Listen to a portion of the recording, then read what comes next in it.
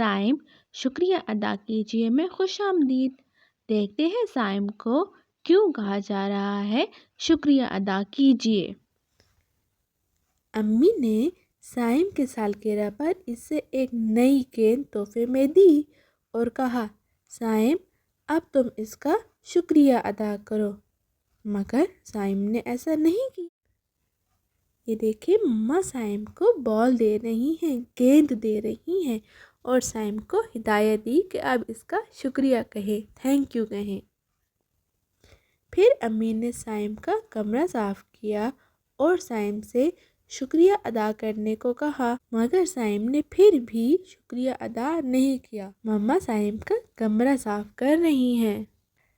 پھر امی نے سائم کو مزیدار سا کھانا بنا کر کھلایا، مگر سائم نے اس بار بھی امی کا شکریہ ادا نہیں کیا، جس پر امی کو بہت افسوس ہوا۔ جب سائم نے اپنی امی کو اداس دیکھا تو اس کو احساس ہوا کہ امی اس کی بدتمیزی کی وجہ سے اداس ہیں۔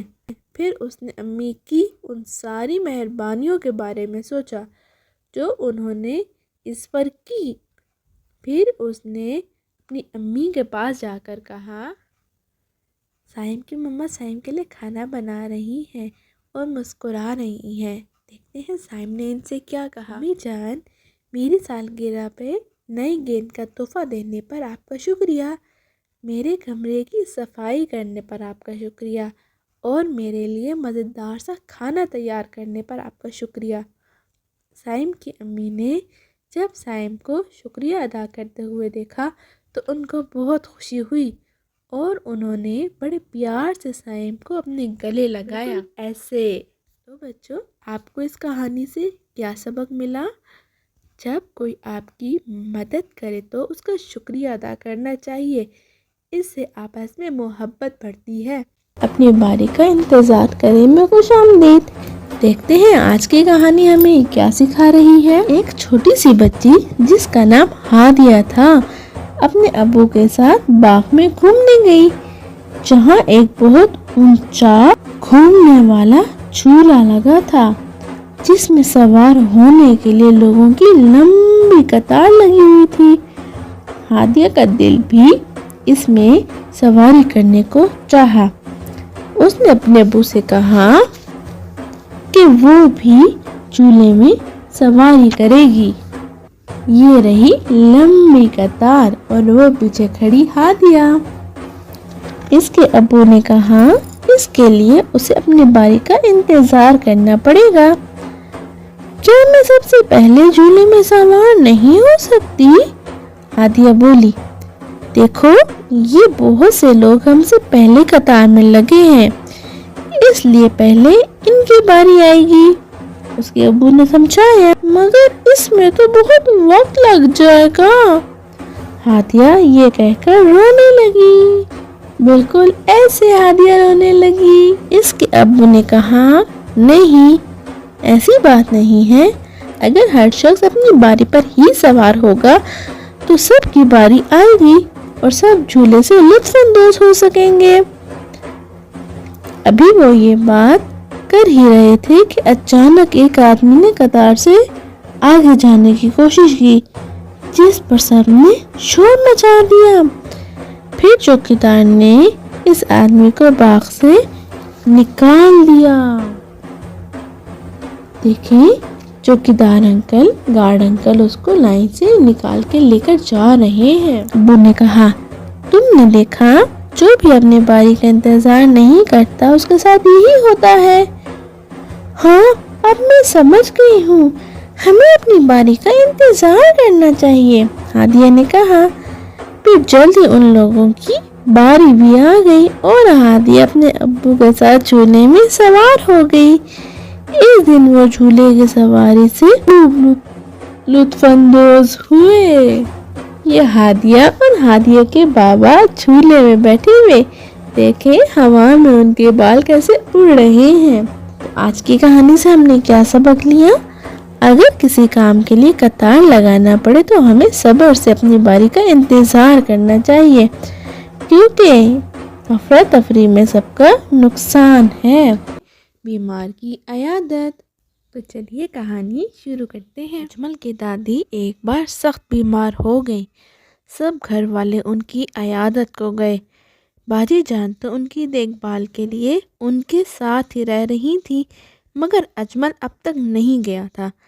اصل میں اسے دوائیوں کی بو بہت بری لگتی تھی جو ہسپتال میں ہر وقت پھیلی رہتی تھی۔ یہ دیکھیں دادی جان جو بیمار ہیں، یہی وجہ تھی کہ گھر والے اسے چلنے کو کہتے، مگر وہ ٹال مٹول کر جاتا۔ اس روز اسکول میں آخری پیریڈ اسلامیات کا تھا۔ اتفاق سے ٹیچر نے عیادت کا سبق ہی پڑھایا۔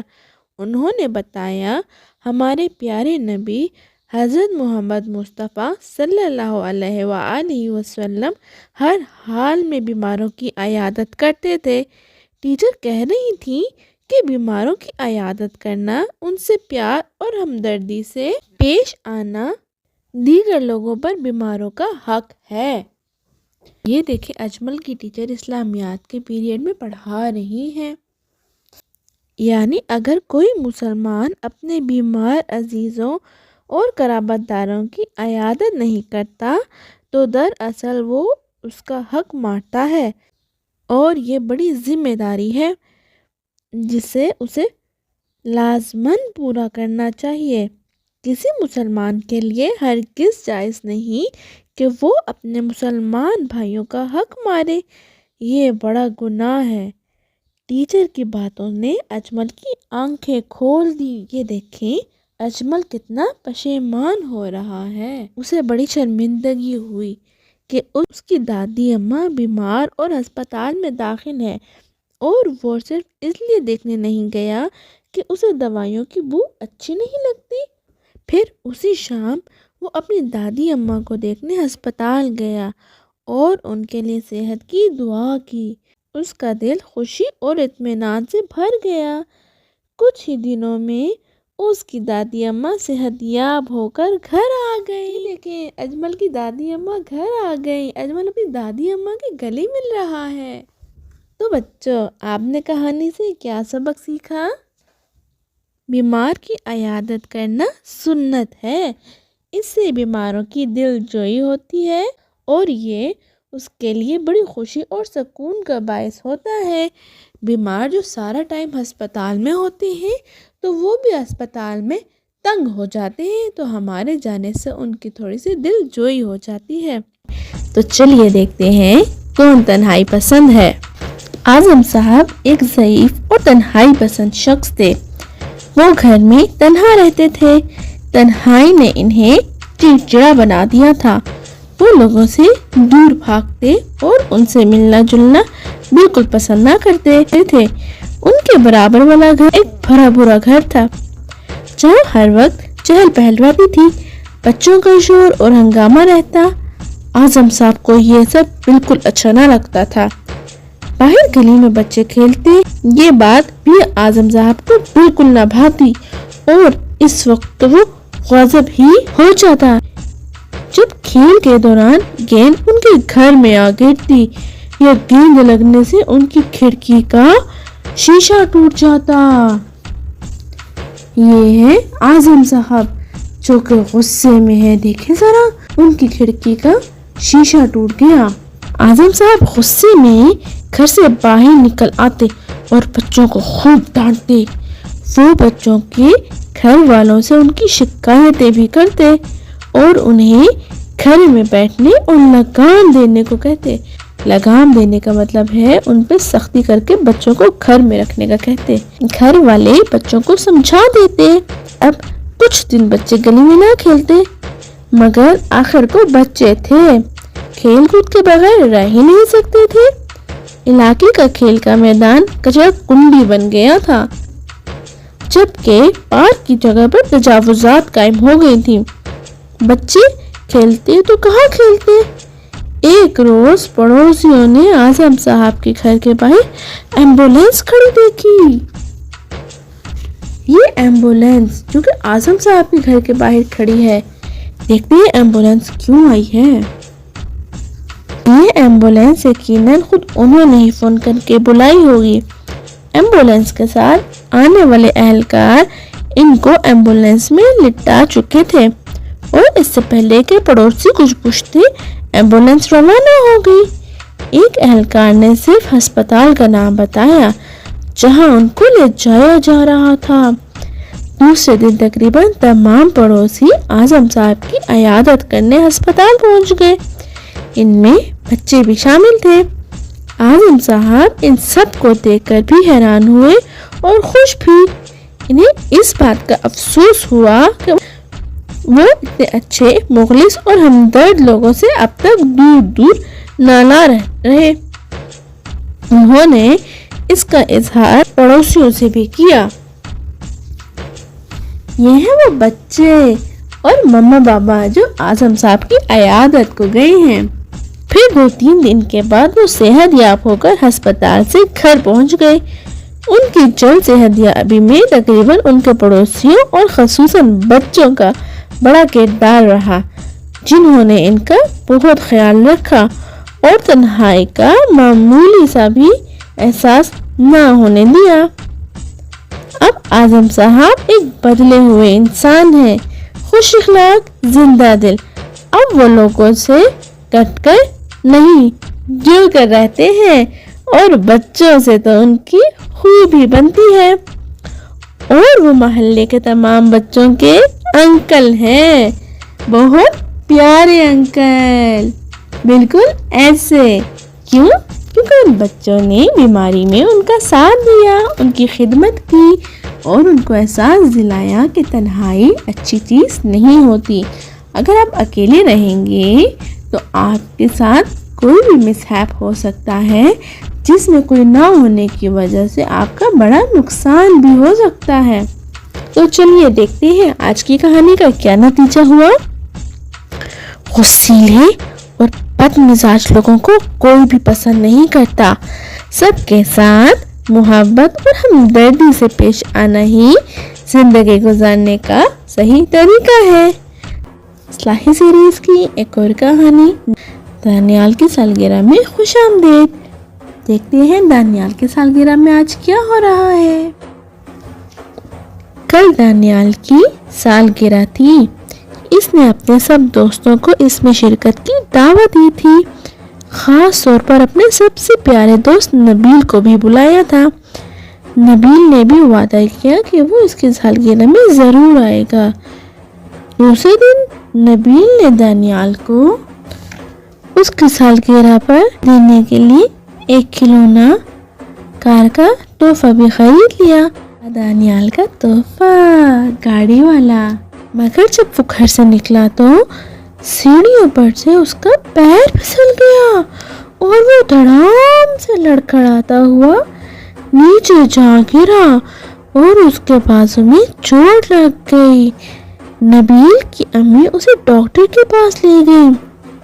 ڈاکٹر بولا نبیل کا بازو ٹوٹ گیا ہے، اسے ٹھیک کرنا ہوگا، اور وہاں دانیال اپنی سالگرہ میں نبیل کا انتظار کر رہا تھا۔ اوہو، یہ نبیل گر گیا اور اس کا بازو فریکچر ہو گیا۔ دیکھتے ہیں آگے کیا ہوا۔ اب دوست آ چکے تھے مگر اس کا بہترین دوست اب تک نہیں پہنچا تھا۔ نبیل کی امی نے نبیل سے کہا اس کا بازو ٹوٹ گیا ہے، اب وہ اپنے دوست کی سالگرہ میں نہ جائے، مگر نبیل نے اپنی امی سے کہا کہ اس نے دانیال سے شرکت کا وعدہ کیا ہے، وہ اپنا وعدہ کیسے توڑ دے۔ دانیال کے گھر کی گھنٹی بجی اور دانیال نے جب دروازہ کھولا تو سامنے نبیل کو کھڑا پایا۔ یہ دیکھیں، اس نے چوٹ لگنے کے باوجود اپنا وعدہ پورا کیا۔ دانیال کی نظر اس کے بازو پر پڑی تو اس نے فکر مندی سے پوچھا، نبیل، یہ تمہارے بازو میں چوٹ کیسے لگی؟ تو نبیل نے کہا، میں سیڑھیاں اترتے ہوئے گر گیا تھا۔ دانیال نے کہا، تمہارے بازو میں چوٹ لگ گئی تھی اور تکلیف میں تھے تو میری سالگرہ میں نہ آتے۔ نبیل بولا، کیسے نہ آتا، میں نے تمہاری سالگرہ میں آنے کا وعدہ جو کیا تھا، مجھے اپنا وعدہ پورا کرنا تھا۔ یہ اس کے بعد پھر نبیل دانیال اور باقی دوستوں نے اس کی سالگرہ کو سیلیبریٹ کیا۔ تو ہم نے کہانی سے کیا سیکھا؟ جب کسی سے کوئی وعدہ کرو تو اسے پورا بھی کرو۔ آج کی کہانی کا نام ہے بلی کا زخمی بچہ۔ آپ کو بلی کے بچے پسند ہیں؟ اور کیا آپ نے ہماری میمی بلی کا بچہ میاؤ میاؤ نہیں سنی؟ تو فوراً جا کے سنیے گا۔ تو چلیے آج کی کہانی شروع کریں۔ موسم بہار کا ایک خوبصورت دن تھا۔ کمال پارک میں کھیلنے کے لیے گیا۔ اس نے دیکھا کہ اس کے تمام دوست ایک جگہ جمع ہیں اور کسی چیز کو دیکھ رہے ہیں۔ کمال ان کے قریب پہنچا تو اس نے دیکھا کہ بلی کا ایک چھوٹا سا بچہ ہے جس کے گرد اس کے دوست جمع ہیں۔ بلی کا بچہ زخمی ہے اور اس سے چلا بھی نہیں جا رہا۔ یہ دیکھیں کمال اور کمال کے دوست پارک میں ایک جگہ جمع ہیں۔ کمال نے جھک کر اسے اٹھایا۔ ارے اس گندے جانور کو ہاتھ نہ لگاؤ، اس کا ایک دوست چلایا۔ ہاں کمال، تم دیکھتے نہیں یہ کس قدر گندا ہے اور ہو سکتا ہے اسے کئی بیماریاں بھی ہوں، ایک اور دوست نے کہا۔ یہ دیکھیں کمال نے بلی کا بچہ ہاتھ میں اٹھایا تو اس کے دوستوں نے کہا مجھے پرواہ نہیں۔ کمال نے کہا یہ بہت چھوٹا ہے اور زخمی بھی، اسے ہماری مدد کی ضرورت ہے۔ کمال نے بلی کے بچے کو بیٹھ کر آہستگی سے سہلاتے ہوئے کہا، پھر وہ اسے اپنے گھر لے گیا۔ کمال کی امی نے اس بچے کی صفائی ستھرائی اور اسے دودھ دینے اور مرہم پٹی میں کمال کی مدد کی۔ اس کے لیے چھوٹا سا خصوصی بستر تیار کیا۔ پھر جب کمال بلی کے بچے کو بستر پر لٹا رہا تھا تو اس کی امی اس کی جانب مڑی اور کہا، کمال آج تم نے بڑی رحم دلی اور بہادری کا مظاہرہ کیا، اگرچہ تمہارے دوستوں نے تمہارا مذاق اڑایا۔ یہ دیکھیں کمال اس بلی کے بچے کی مرہم پٹی کر رہا ہے۔ اور کیا کہا کمال کی مما نے؟ تم نے اس زخمی بلی کے بچے کی مدد کر کے بہت اچھا کیا، مجھے تم پر فخر ہے میرے بچے۔ کمال کا دل خوشی سے جھوم اٹھا۔ اس نے پیار بھری نظر بلی کے بچے پر ڈالی جو اس کے کمرے میں ایک جانب اپنے چھوٹے سے بستر پر سو رہا تھا۔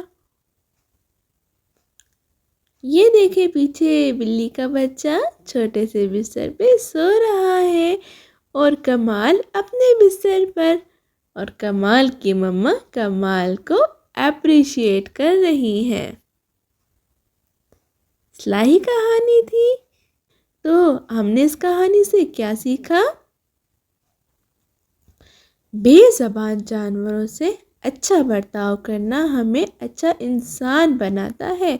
ہمیں صرف انسانوں کے ساتھ ہی گڈ مینرز نہیں کرنے چاہیے، بلکہ ہمیں جانوروں کے ساتھ بھی کائنڈ ہارٹڈ ہونا چاہیے، جانوروں پر بھی رحم کرنا چاہیے، آخر کو وہ بھی اللہ تعالیٰ کی مخلوق ہیں۔ گم شدہ بٹوا میں خوش آمدید۔ دیکھتے ہیں آج کی کہانی ہماری کیا اصلاح کرتی ہے۔ ایک دن بیگم رحیم سودا لینے بازار جا رہی تھیں۔ ان کا بٹوا راستے میں کہیں گر گیا اور بٹوا کھونے کا علم بیگم رحیم کو نہ ہو سکا۔ جب وہ دکان پر پہنچ کر سودا لے چکی تو انہوں نے رقم کی ادائیگی کے لیے اپنے تھیلے میں ہاتھ ڈال کر بٹوا نکالنا چاہا۔ یہ دیکھ کر وہ پریشان ہوئی کہ بٹوا تھیلے میں نہیں تھا، کیونکہ سارے پیسے اسی بٹوے میں تھے جس سے انہوں نے خریداری کرنی تھی۔ یہ دیکھیں اتنی بہت ساری خواتین جو بازار خریداری کرنے جا رہی ہیں۔ اوہ اور دیکھیں تو صحیح یہ لال جوڑے والی آنٹی کو، ان کے ہاتھ کے نیچے کوئی بٹوا گر رہا ہے۔ اب دیکھتے ہیں ان میں سے بیگم رحیم کون سی ہیں۔ اوہ، تو یہ لال جوڑے والی بیگم رحیم ہے جن کا بٹوا گم گیا۔ آگے دیکھتے ہیں کہانی میں کیا ہوا۔ ایک لڑکا اسی راستے پر جا رہا تھا کہ اچانک اس کی نظر بٹوے پر پڑی جو راستے میں پڑا تھا۔ اس نے وہ بٹوا اٹھا لیا، اسے کھول کر دیکھا تو اس میں بہت سارے روپے تھے۔ اس نے جلدی سے بٹوا بند کیا اور اپنی جیب میں رکھ کر یہ سوچنے لگا کہ یہ بٹوا کس کا ہوگا۔ پھر اسے خیال آیا کہ ہو سکتا ہے یہ بٹوا اس کا ہو جو سامنے آصف صاحب کی دکان پر سودا لینے آیا ہو۔ یہ ہے وہ لڑکا جس کو بٹوا گرا ہوا ملا۔ اب دیکھتے ہیں وہ آصف صاحب کی دکان پر گیا کہ نہیں۔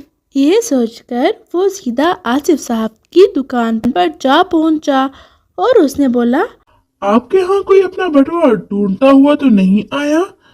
یہ سن کر بیگم رحیم بولی، ہاں میرا بٹوا گم ہوا ہے، وہ کتھی اور نیلے رنگ کا ہے۔ لڑکے نے بٹوا اپنی جیب سے نکالا اور ان سے کہا، یہ تو وہ بٹوا نہیں۔ ارے ہاں، یہی ہے میرا بٹوا جو راستے میں کہیں کھو گیا تھا۔ بیگم رحیم خوشی سے بولی۔ لڑکے نے بٹوا انہیں دے دیا۔ بیگم رحیم بولی، تم ایک بہت دیانتدار لڑکے ہو، تم نے میرا بٹوا اپنے پاس رکھنے کی بجائے اس کے مالک کو تلاش کیا، اس تک پہنچایا۔ لڑکے نے کہا، یہ تو میرا فرض تھا۔ یہ دیکھیں بیگم رحیم اس لڑکے سے کتنا خوش ہو رہی ہیں اور اس کو شاباش دے رہی ہیں۔ تو چلیے دیکھتے ہیں آج کی کہانی سے ہمیں کیا سبق ملتا ہے۔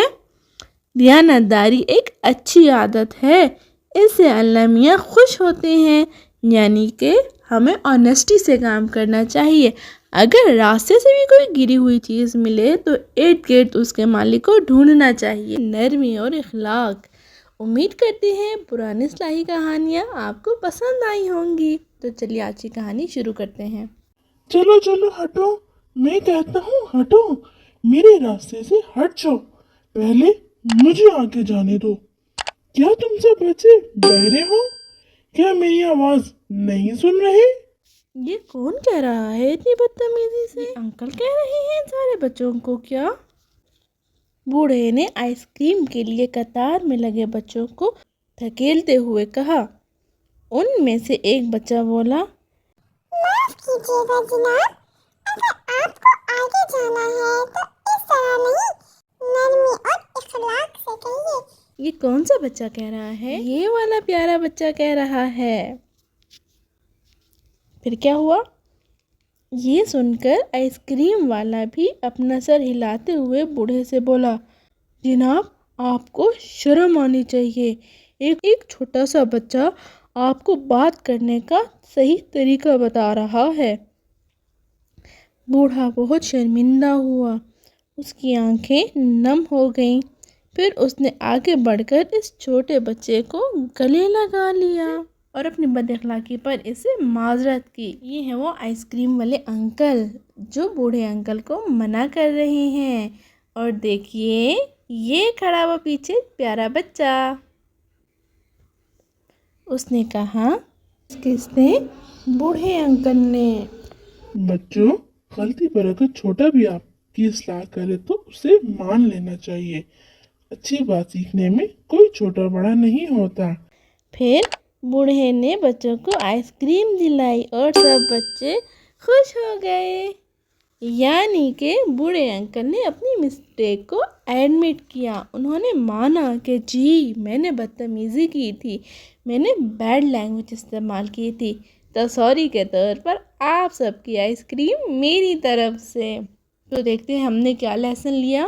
ہمیں ہمیشہ ہر چھوٹے بڑے سے نرمی اور اخلاق سے پیش آنا چاہیے۔ کامنٹس میں جواب دیجیے۔